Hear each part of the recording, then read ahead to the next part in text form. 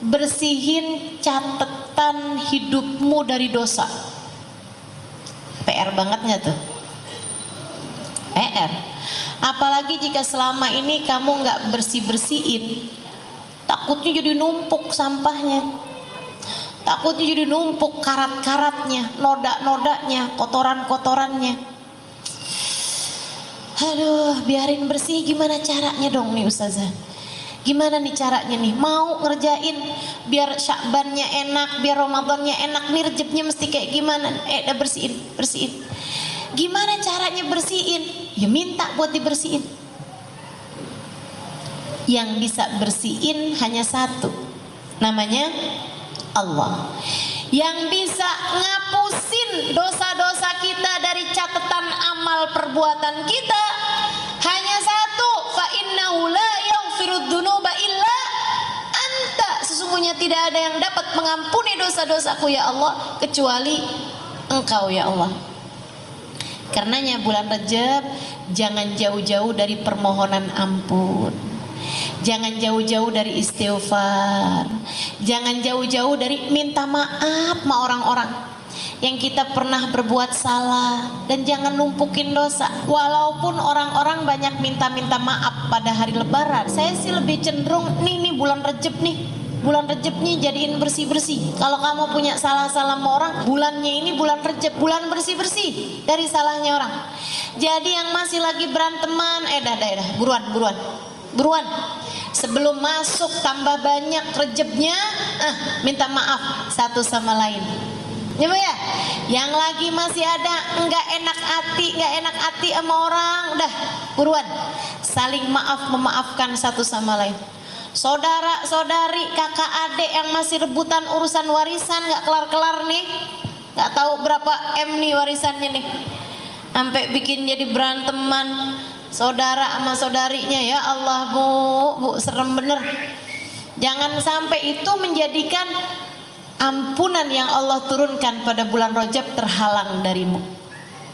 Yuk, yang punya hati perasaan benci nggak enak sama siapapun, bulan Rajab bulanmu untuk berkata saya sudah memaafkan dia. Jangan ada yang disisain, satu orang aja jangan gini loh, ya Allah saya udah maafin salah semua orang ya Allah kecuali dia tuh, yang itu nggak bisa saya ya Allah. Ya gimana enggak ya Allah, dia tuh rebut laki saya. Aduh, udah bu, nggak ada yang lebih berharga daripada Allah, nggak ada yang lebih bermakna, bernilai bagimu lebih daripada ampunan Allah. Dan Allah akan mau menurunkan ampunannya kepadamu jika kamu juga memaafkan, mengampuni dosa semua orang, dan kamu juga minta maaf, minta ampun sama semua orang, minta maaf sama orang dan juga maafin salahnya orang. Ya bu ya, man afa ufi, siapa yang memaafkan salahnya orang dia akan dimaafkan sama Allah. Coba periksa masing-masing, mumpung masih bulan Rajab nih, periksa masing-masing, ada nggak orang yang kamu sampai sekarang masih mengingat dia dengan penuh kebencian? Ada nggak orang yang sampai sekarang kalau kelebat wajahnya datang dalam ingatanmu, kamu langsung merasa marah kepadanya dan kamu bilang, aduh ya ampun, saya nggak bisa maafin dia? Kalau ada, buruan nih, bulan Rajab yang seperti ini, maafin, sayangi dirimu, maafin salahnya orang. Kenapa gitu? Nih bu, saya kasih tahu, ampunan Allah tuh bu kalau mau turun kealangan sama kamu yang nggak bisa maafin salahnya orang, itu hanya akan bergantung antara langit dan bumi. Nabi yang ceritain. Ampunan dari Allah atau bahkan hadiah-hadiah dari Allah, rahmatnya Allah, kalau mau turun pada diri seseorang, itu ibu ya, kamu berbuat kebaikan, kamu hadir di majelis, kan turun rahmat nih, turun rahmat. Tapi kalau hati kamu masih menyimpan dendam kepada satu, nggak sebanyak-banyak, satu orang aja dendam, pokoknya bener-bener kamu gak bisa maafin dia gitu, itu ibu-ibu sekalian gantung. Yang lain-lain nih kejatuhan nih, kamu gantung di langit-langit, gak bisa turun. Apa kata Allah? Allah bilang sama malaikat, unduru hatta yasalaha, yang buat dia tungguin sampai dia damai, sampai dia akur, sampai dia bisa maafin, sampai hatinya lega, baru bisa turunin. Kalau nggak lega-lega ya nggak turun-turun. Makanya kalau ibu-ibu nih misalnya gitu ya, ibu rajin berbuat kebaikan, rajin betul, tapi ibu punya satu dendam yang ibu nggak pernah bisa maafin, itu bu yang lagi delay nih pemberiannya Allah numpuk di atas. Sampai ketika kamu bilang, ya Allah, saya sudah memaafkan dia ya Allah, jatuh banyak banget ke ibu-ibu. Jangan biarkan pemberian Allah delay, tertunda dari atasmu itu. Biarkan ia membanjiri dirimu, biarkan ia datang dalam hidupmu. Ngapain kamu kebencianmu kepada seseorang menghalangkanmu dari hadiah-hadiah Allah berikan padamu? Enggak segitunya berharga tuh orang sampai bisa menghalangkan kebaikan bagi dirimu. Kalau kamu menganggap orang itu enggak berharga, ya udah maafin. Betul apa enggak? Sehingga semua pemberiannya Allah datang kepadamu. Sayang, udah lupain. Apa sih yang orang kerjain sama kamu sampai kamu nggak bisa maafin? Bu, ingat, semua yang terjadi juga dengan izin Allah. Gak ada orang bisa jahatin kita kecuali dengan izin Allah. Semuanya Allah yang nentuin bu. Dan Allah ketika menentukan sesuatu untukmu, meski sepahit apapun pasti ada kebaikan dalam dirimu. Allah ketika menentukan hal paling pahit sekalipun dalam hidupmu, pasti karena ada kebaikan dalam hidupmu itu. Maksudnya pada yang pahit itu pasti ada kebaikannya.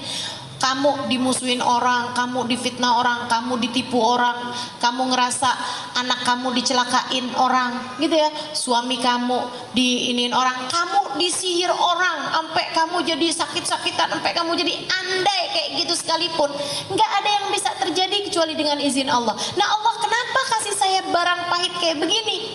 Semacam dokter ketika ngasih pil, ada nggak pil yang rasanya enak? Hobi minum obat, ada nggak di sini yang kayak gitu?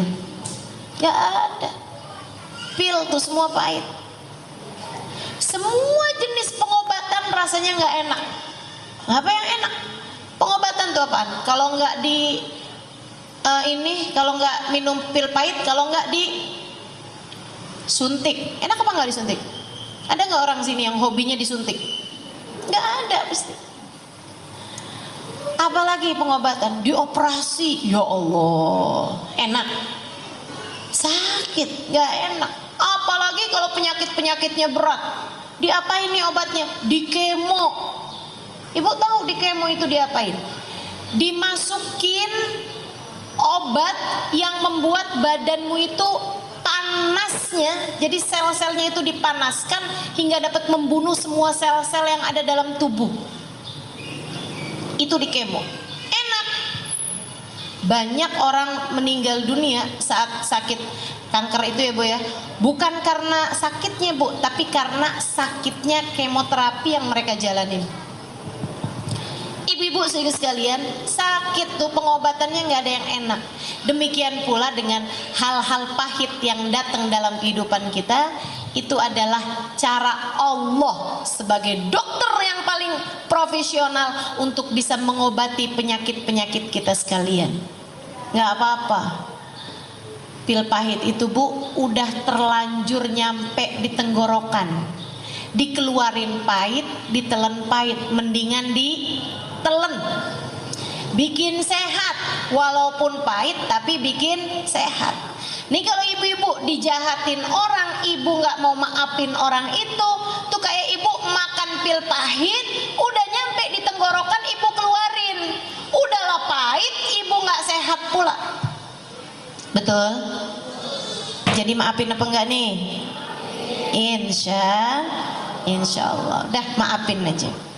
Ibu-ibu sekalian, dan salah satu hal yang membuat saya memutuskan untuk saya dalam hidup nggak mau nyimpen kebencian terhadap siapapun. Belajar, berusaha untuk nggak naruh kebencian di hati saya kepada siapapun. Ada satu hal yang saya pikirin, kemudian saya bilang, ya Allah, saya nggak mau deh nyimpen kebencian sama siapapun. Siapapun orangnya saya nggak mau benci. Mau dia bikin apa dalam hidup saya, dan alhamdulillah sih juga kebanyakan atau mayoritas orang semuanya berbuat baik ya Bu ya. Jarang juga kan yang berbuat jahat sama kita ini, betul nggak? Ibu-ibu sekalian, yang membuat saya memutuskan untuk saya nggak mau punya musuh atau saya nggak mau punya orang yang saya benci, saya taruh permusuhannya dalam hati saya selamanya gitu. Saya akan sayangi semua orang, meskipun cara sayang bisa beda-beda ya Bu ya, tapi maksudnya saya akan sayangi siapapun. Karena saya pernah dengar Hubabah Nur pernah bilang gini, guru saya Al-Mukarramah wal Muhtaramah Hubabah Nur, mudah-mudahan Allah panjangkan umurnya, Allah sehatkan badannya.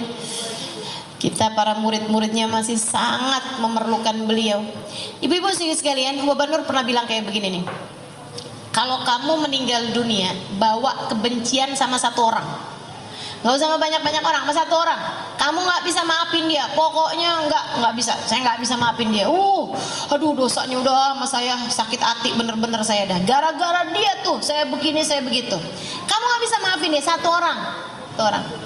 Nanti kalau ibu-ibu masuk dalam alam kubur, ketika ditanya pertanyaan man rabbuka, kamu bisa jawab. Lalu pertanyaan apa kitabmu, panduanmu dalam kehidupan, kamu bisa jawab.